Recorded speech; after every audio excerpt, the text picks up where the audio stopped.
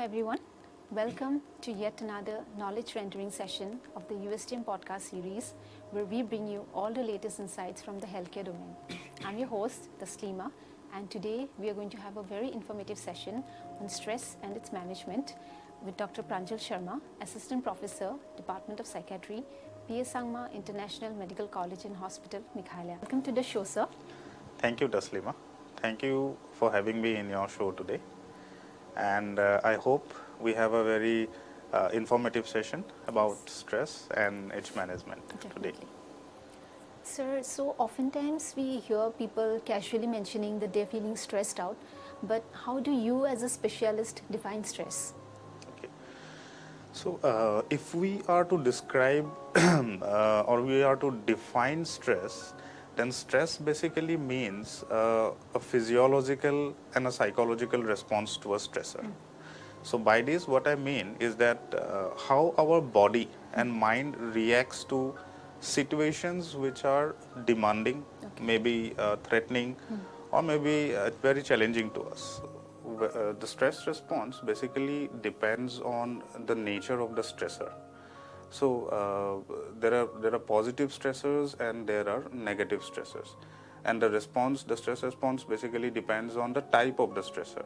So when there is a positive stressors, usually the physiological and the psychological responses are more adaptive type, whereas when the stressors are of a negative type, both the physiological and the psychological responses becomes maladaptive. So since you were mentioning the stressors, so what are the types of events which can cause stress? Okay. Stressors can usually come from a variety of life events, but most commonly we evaluate stressors in terms of the physical stress, which basically means about our bodily stress, which means that if we are having illnesses, which we are having chronic disease, we are having pain, we are having, if we suffer from some form of accidents. So these are the physical form of stressors. Whereas the other forms of stresses are more of environmental stresses. And by environment, what I mean is about family environment, in which like people who are having very dysfunction family, we are having a lot of conflicts, separation, divorces, and where the interpersonal relationship among the family members are not good.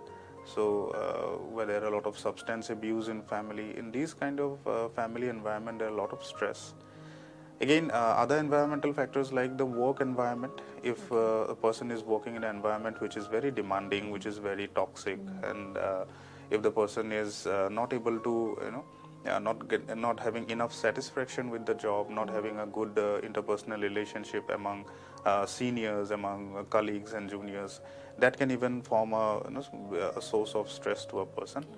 And the other stress is also is about academic stress in schools and colleges. The academic pressure is also a very significant form of stress.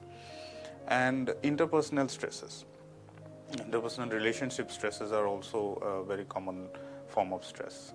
And the other forms of stress can be from the social factors, mostly from social factors like unemployment, like poverty, people who have been displaced from certain place, homelessness. These are some of the social forms of stress, which is very common in our society.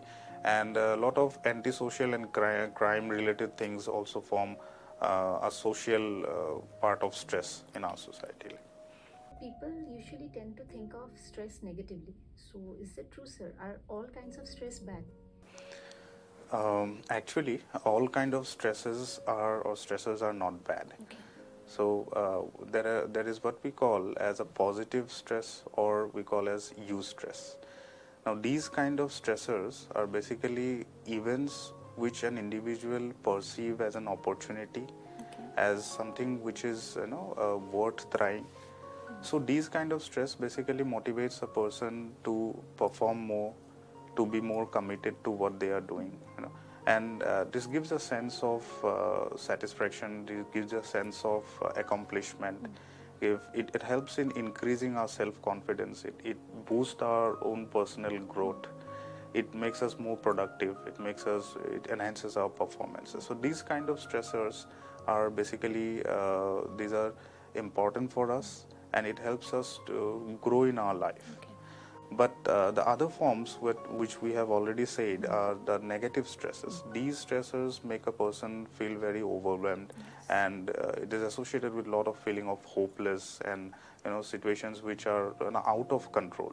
So that makes a person usually to decrease in their abilities, their decrease in their self-confidence, decrease in their productivity. So these kind of stresses are usually what we are worried about.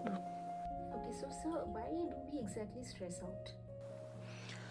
Um, we stress out because because stress is basically a protective mechanism. It actually makes a person prepared in all ways to deal with the situation. So being stressed out is actually not a negative thing. Okay. So what we are concerned is, but what we say is not good about stress, is when the stress responses are out of proportion to the situation, when it becomes out of proportion to the circumstances. That is when the stress responses usually affect our functions. Uh, and why a person usually stressed out of proportion is due to some of the vulnerability factors. So some people they have a genetic component, which is like family members have a pattern of overthinking, pattern of getting easily nervous, easily anxious. So genetically some components come which makes a person vulnerable to stress out of proportion. And there are other some personality traits which also makes a person vulnerable for negative stresses. So some of these personality traits are usually like a person who is having impulsive traits, person who is impatient, person who has a low intelligence, a person who is very dependent, have a trait of being dependent on other, who cannot perform things on their own easily.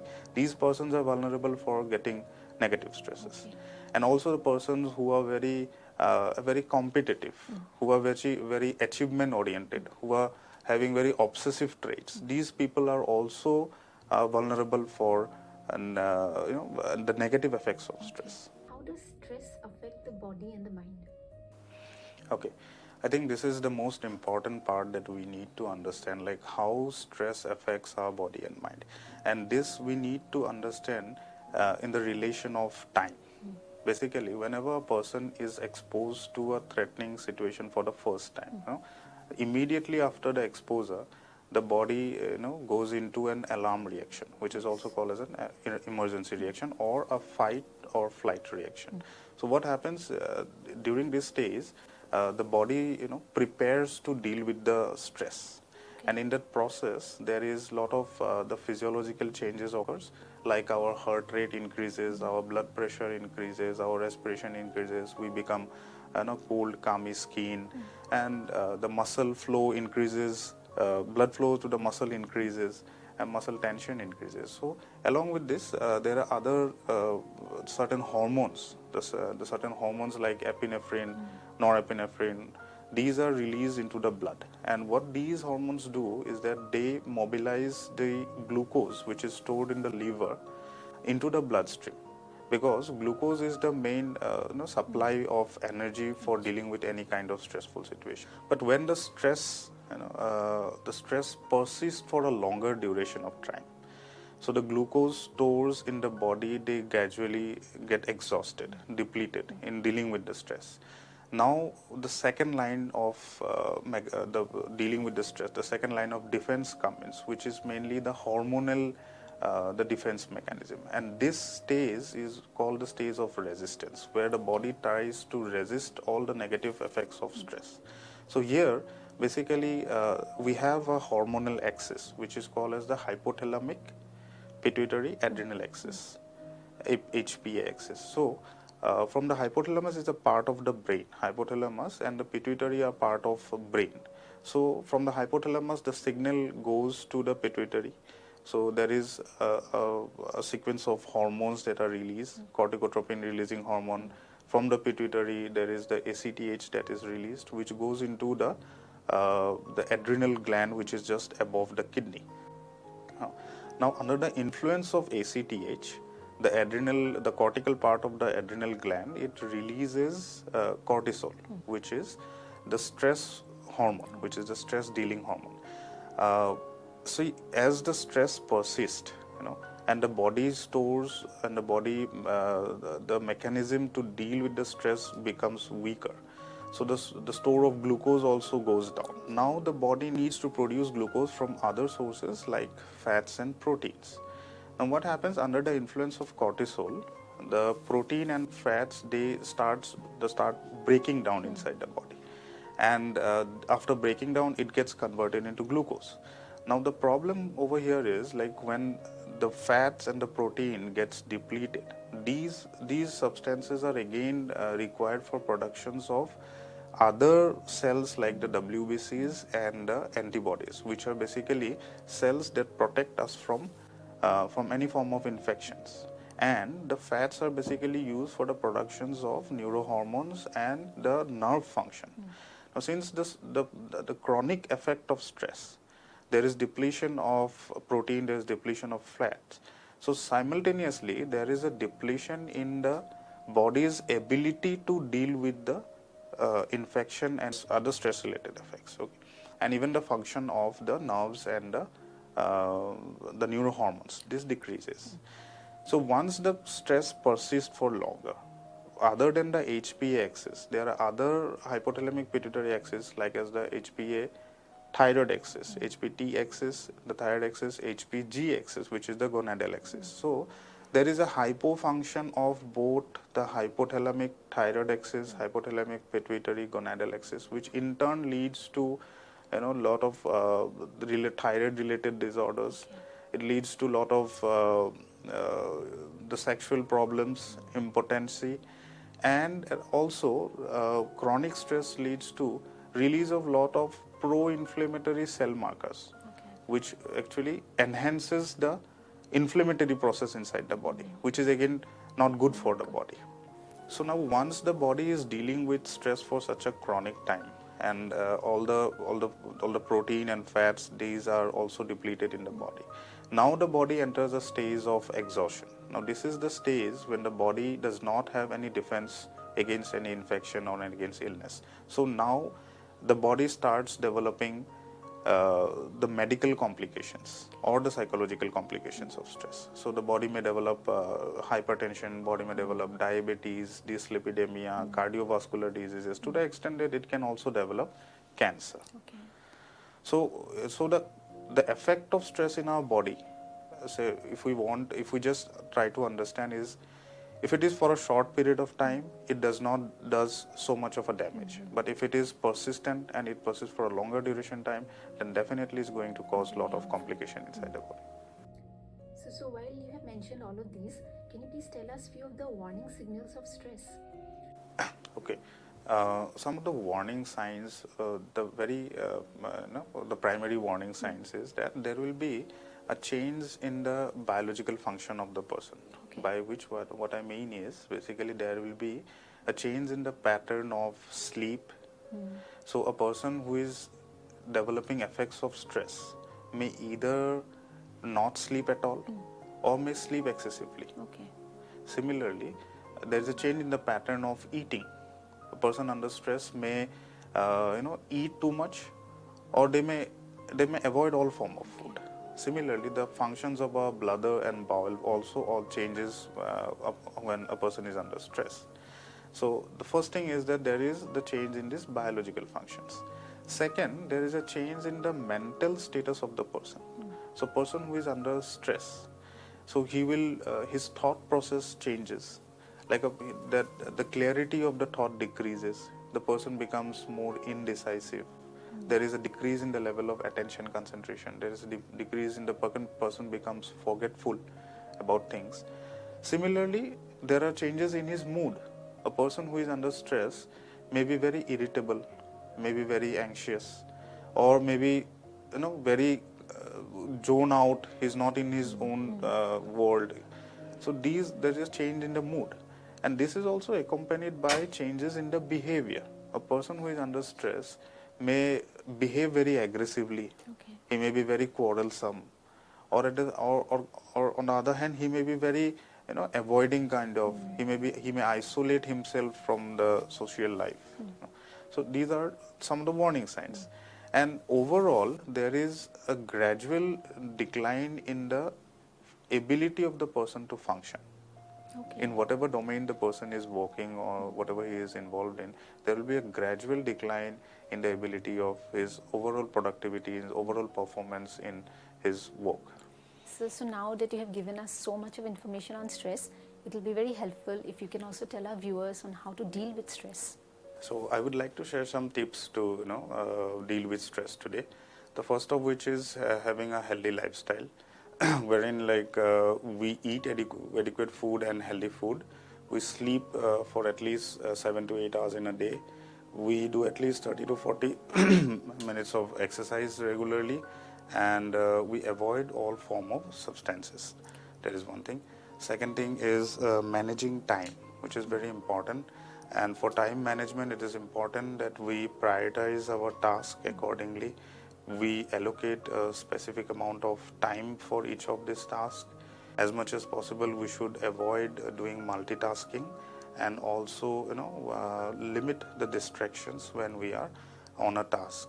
So this is how we can manage time adequately. Thirdly is about setting up realistic goals. So because unrealistic goal expectations forms a very significant part of stress.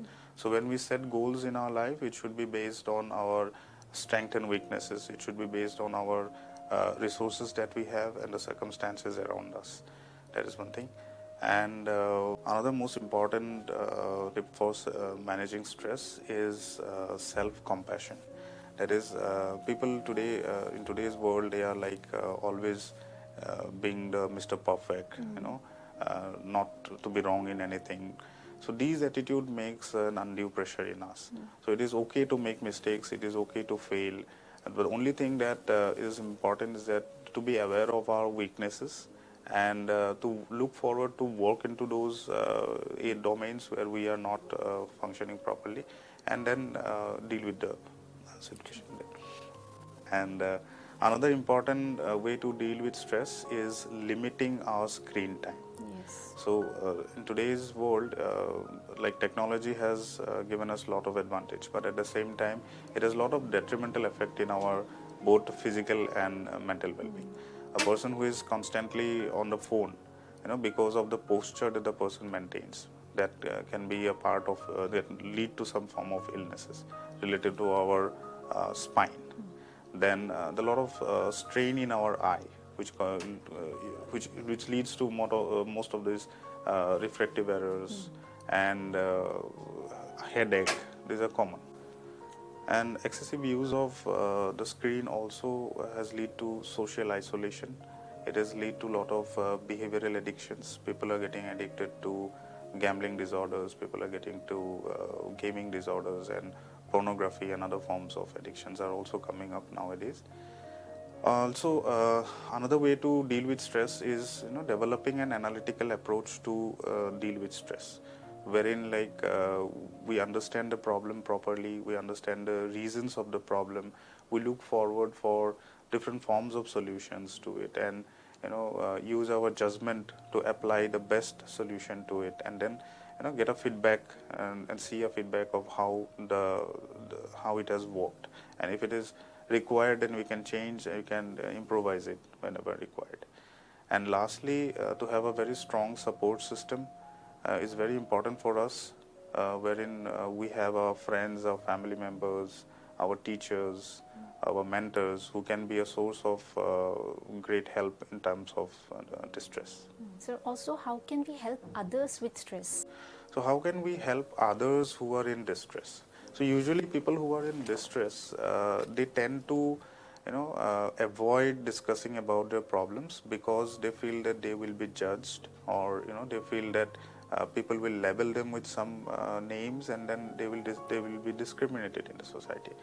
But whenever a person seeks help with us, we should try to make a very comfortable environment for them. We should acknowledge their problem and encourage them to speak about it. then we should be also respecting their privacy and confidentiality whenever they ask for it. At the same time, we should be very non-judgmental. We should keep away all our prejudices, and we should not label them. We should not make them feel guilty of what they feel or think or do. And uh, and we have to be very empathetic when listening to them. They must feel connected, and in between we have to give them reassuring statements like that we understand, that I understand what you are going through. It may be very difficult for you, but we are there to help you. These kind of reassuring sentences usually help a lot. And we should not pressurize a person to speak their trauma or speak their stress at one go itself. A person may not be comfortable discussing everything in one go, so we should give them the space, and at the same time we should make them feel that we are there whenever he or she wants to discuss about it. Then also it is important that we help them identify their positive strengths, their positive traits, and use them to deal with the situation.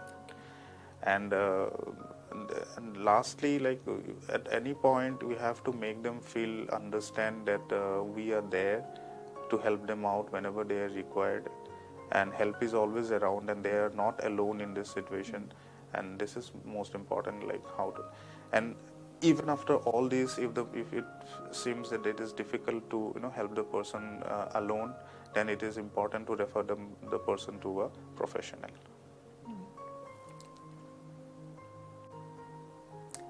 So the last and the most important question: when is it, do you think, that a person with stress should be referred to a psychiatrist? So, when should a person be referred to a psychiatrist in a scenario? In this case, like a person who is having a lot of emotional turmoil, a person who is having lability in his mood, maybe a person is very aggressive, person becoming angry very easily, not able to manage his emotions on his own, person may become suicidal at times. So these kind of persons should be referred to a psychiatrist as early as possible. And a person who have developed complications, medical complications of stress, like person who is having uncontrolled diabetes, uncontrolled hypertension, dyslipidemia, cardiovascular diseases, these patients should immediately seek medical attention.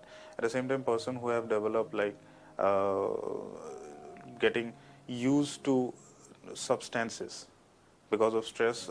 Many people use substance as a way to deal with stress, and these people may become dependent on the substance if they continue using it.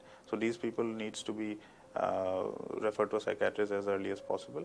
And other psychological symptoms of other psychological illness like depression, anxiety, and adjustment issues, these also need to be referred to a psychiatrist as early as possible. And a person who is under stress, who may report about some form of neglect, some form of abuse by like family members or in other environmental stress, uh, should be also referred to a psychiatrist. Okay. So thank you so much for your comprehensive explanation of stress and its management. I'm sure it will be highly beneficial to the masses. Thank you for tuning in. Until next time, stay healthy and take care.